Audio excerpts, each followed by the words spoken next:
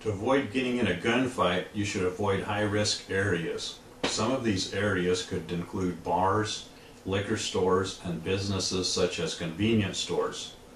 If a criminal wants to rob a place, he wants the least number of threats to him.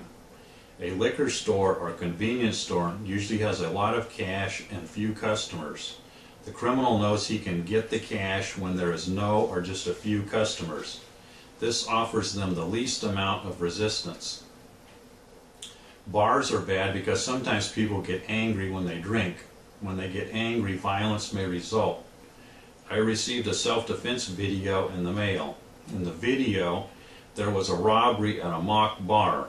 The instructor was sitting at one end of the bar, and the robber was at the other end of the bar. When the robbery started, the instructor began shooting it out with the robber. I could not believe anyone was crazy enough to do this as an instructional video. I would never go in a bar drinking with my loaded gun. How accurate would I be after having a few drinks? How would I explain to the police my shooting and intoxication? Is it smart to be exchanging shots with customers between myself and the robber? You have to have a policy of not drinking while carrying a gun and staying away from bars. Although crime can happen anywhere, it is wise to avoid bad neighborhoods.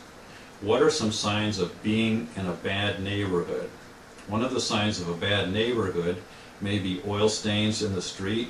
There will probably be bars on the windows of homes and businesses. You may see garbage lying in the street and around residences. You may notice groups of young men hanging around certain areas. Though you should not go to a bad neighborhood, sometimes you may have no other choice. This past year, my wife needed to see a doctor. The doctor had an office in a high crime area, but we had no other choice than to go to see him. We had to park our car down an alley in the back of his office. When we were leaving his office, I started walking down the alley toward my car. My wife was behind me about 10 feet. I noticed a street person and a prostitute walking about 50 feet up ahead of me. The street person was a man who I could tell lived on the streets. Based on my experiences and his appearance, I believed him to be a drug user and a convict. He was talking and smiling at the prostitute. I could tell he wanted to get some action from the prostitute.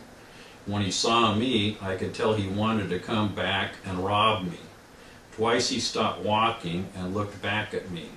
He was trying to keep up with the prostitute and also kept thinking about coming back at me.